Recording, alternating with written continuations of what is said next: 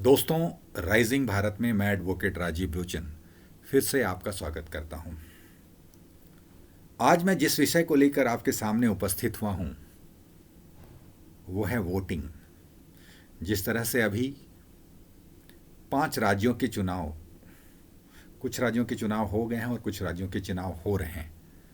लेकिन चुनाव के समय या चुनाव में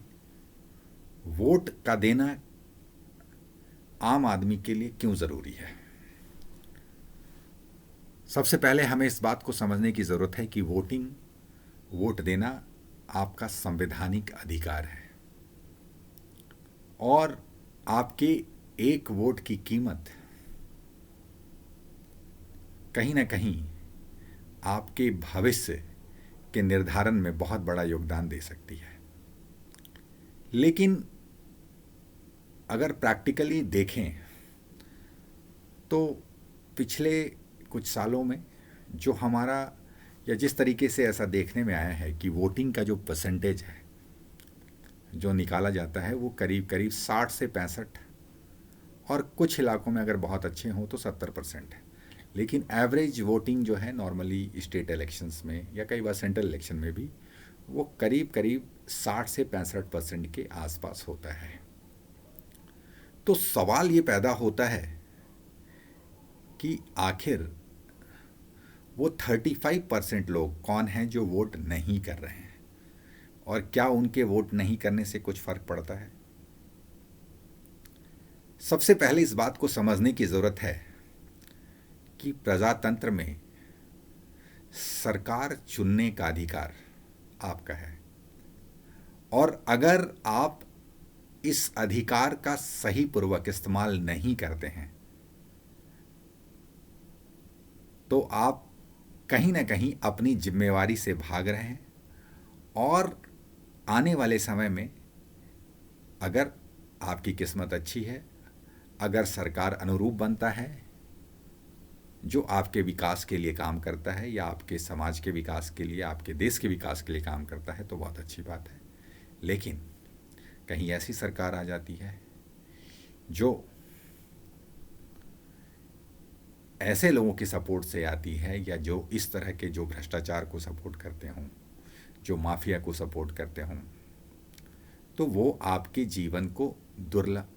जो है वो बड़ा ही मुश्किल बना सकते हैं। तो इसीलिए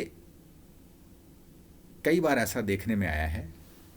कि नॉर्मली लोग कह देते हैं कि पॉलिटिक्स में I am not interested in politics, मेरा राजनीति में कोई रुचि नहीं है, मेरी राजनीति में कोई इंटरेस्ट नहीं है। ये कहना बहुत आसान है, लेकिन राजनीति ही आपका भविष्य निर्धारण करती है, आपके आने वाली पीढ़ी का भविष्य निर्धारण करती है, आपके समाज का भविष्य निर्धारण करती है और आपके समाज के विकास की गति भी निर्धारित करती है। तो ऐसी स्थिति में अगर आप कहीं ये कह रहे हैं या सोच रहे हैं कि हम इस लाइन को कह के बच जाएंगे, ये एक फैशन स्टेटमेंट की तरह लगता है कि I am not interested in politics. लेकिन अगर आप राजनीति में रुचि नहीं लेते हैं, ठीक है, पार्टिसिपेशन करना एक अलग बात है, लेकिन रुचि इसलिए ज़रूरी है क्योंकि इससे आपको जानकारी मिलती है कि किस पार्टी के लोग जो हैं उनका क्या एजेंडा है, उनका क्या उद्देश्य है,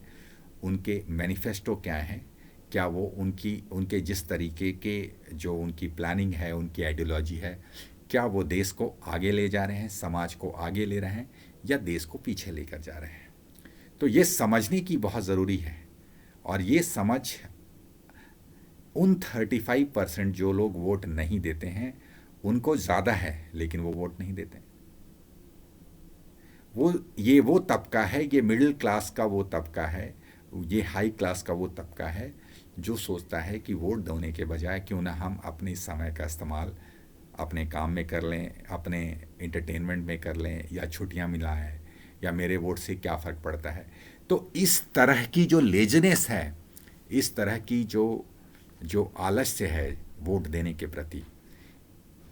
ये कभी कभी जो है बहुत भयंकर परिणाम ला सकते हैं, क्योंकि ये वो कैटेगरी हैं जो एडुकेटेड हैं, जिन्हें कहीं ना कहीं राजनीति की समझ है, जो एक जो सक्षम है सही कैंडिडेट के चुनाव करने में। लेकिन जैसे मैंने कहा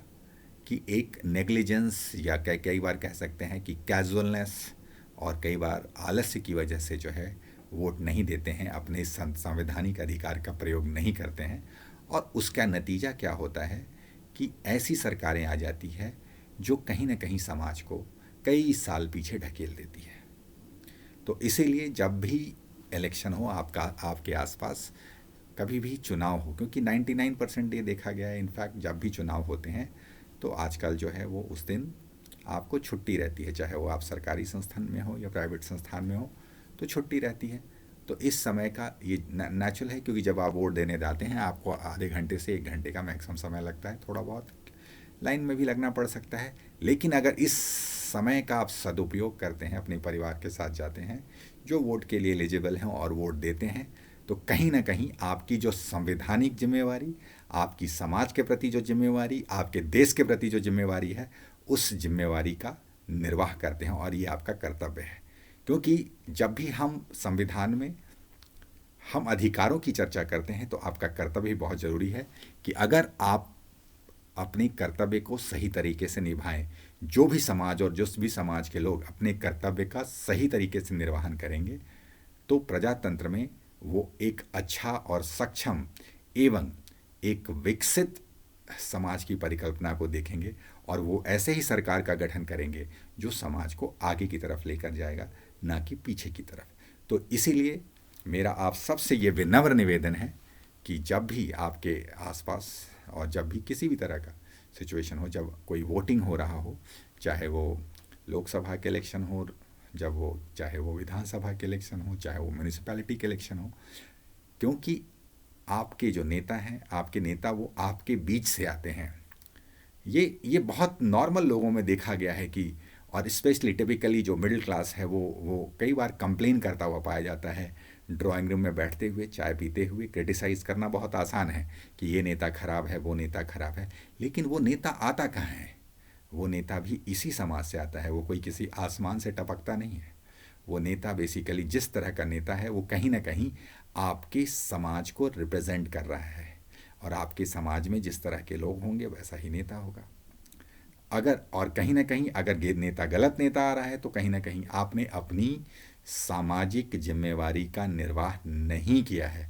और इस कारण से जो है आपके जो नेता जो आपसे चुन के आते हैं वो आपके मन के मुताबिक नहीं होते, या आपके समाज को आगे ले जाने वाले नहीं होते। तो ऐसी परिस्थितियों में आप उन नेताओं के बारे में बैठकर जो है बेसिकली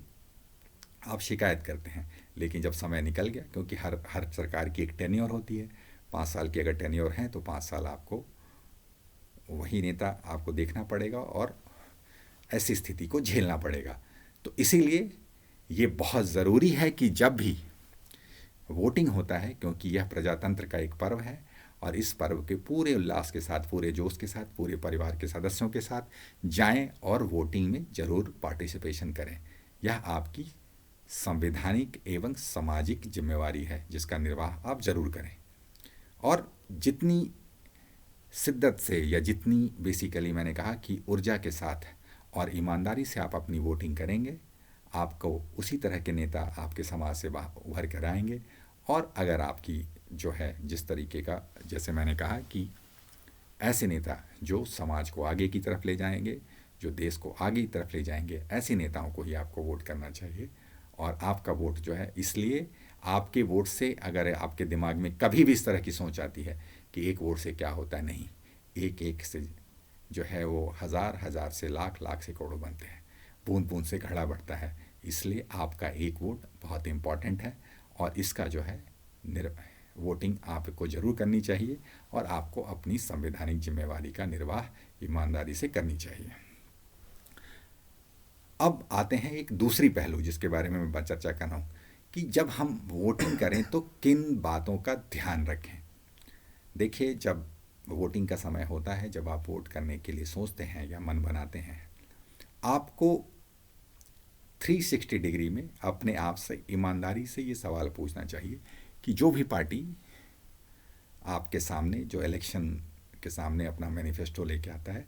आपको उस पार्टी के नंबर 1 उस पार्टी का नंबर 2, जो कैंडिडेट वहाँ पे आ रहा है उसका, उन दोनों की जो है बारे में सही तरीके से नॉलेज होना चाहिए, या उनके बारे में जानकारी प्राप्त करने की कोशिश करनी चाहिए कि इनका मैनिफेस्टो क्या है, इनका एजेंडा क्या है, और जो इनका मैनिफेस्टो है क्या वो समाज को आगे की तरफ ले जा रहा है। एक बहुत इंपॉर्टेंट बात आपको बताना चाहूँगा कि इलेक्शन के समय ऐसी कई पार्टियां हैं जो अपनी मैनिफेस्टो में कई वादे करते हैं, लेकिन ये सवाल अपने आप से पूछने की ज़रूरत है कि क्या वो वादे फीजिबल हैं। क्योंकि एक बात आपको हमेशा याद रखने की ज़रूरत है कि कोई भी पार्टी कोई भी वादा कर रहा है, उस वादे का जो कहते हैं कि उस वादे को निभाने की जो प्रक्रिया होगी, उसमें ये आपका टैक्स पेयर का पैसा लगा होता है। कोई भी पार्टी अपने घर से पैसा लाकर कोई वादा पूरा नहीं करती, ये आपके टैक्स का पैसा है, और आप हमेशा चाहेंगे कि आपके टैक्स का पैसा जो है वो सही तरीके से सही दिशा में इस्तेमाल हो, जो समाज या देश को आगे की तरफ ले जाता हो। कई पार्टियां ये फ्री की रेवड़ी बांटने वाली काम करती हैं, लेकिन जब आपको मैं एक छोटी सी एक स्टोरी सुनाना चाहूँगा, शायद आपको इस बात को समझ में आ जाए कि एक बार जो है एक राजा ने अनाउंस किया कि हर एक जितने भेड़ हैं, सर्दी का समय था, उन्होंने कहा कि हमारे राज्य में जितने भेड़ हैं उन सब भेड़ को जो है कंबल दिया जाएगा। तो भेड़ों में जो है बहुत खुशी की लहर दौड़ पड़ी कि अच्छा भाई, राजा ने बहुत अच्छा काम किया है कि हम सबको जो है सभी भेड़ों को जो है कंबल दिया जाएगा। तो राजा के मंत्री ने ये सवाल पूछा कि राजा जी, आपने ये अनाउंसमेंट तो कर दिया कि सर्दी का मौसम है और सभी भेड़ों को कंबल दिया जाएगा, लेकिन इतने कंबल आएंगे कहाँ, और इतने कंबल के लिए जो ऊन की आवश्यकता है, जो वुलन की आवश्यकता है, वो कहाँ से आएगी। तो राजा ने थोड़ा विचार किया और उसके बाद कहा कि देखो, जब इतने भेड़ हैं तो भेड़ के जो भी बाल हैं उनको काटे जाएंगे और उनसे ही कंबल बनाए जाएंगे। तो इसी तरह से आपको समझ में आ गया होगा कि जो भी सरकार ये वादा करती है कि हम फ्री की बिजली, फ्री की पानी, फ्री का ये और फ्री का वो, ये फ्री का जो चीज़ दिया जा रहा है वो कभी भी वो अपने घर से लेकर नहीं आ रहे हैं। तो इसलिए जब आप वोटिंग करें तो ये ध्यान रखें कि ऐसी सरकार जिसकी नीयत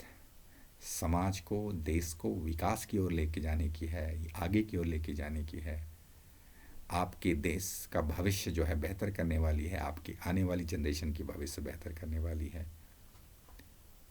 ऐसे ही पार्टी को वोट दें। अगर आपको मेरा वीडियो पसंद आए तो लाइक करें, शेयर करें और सब्सक्राइब भी करें। धन्यवाद।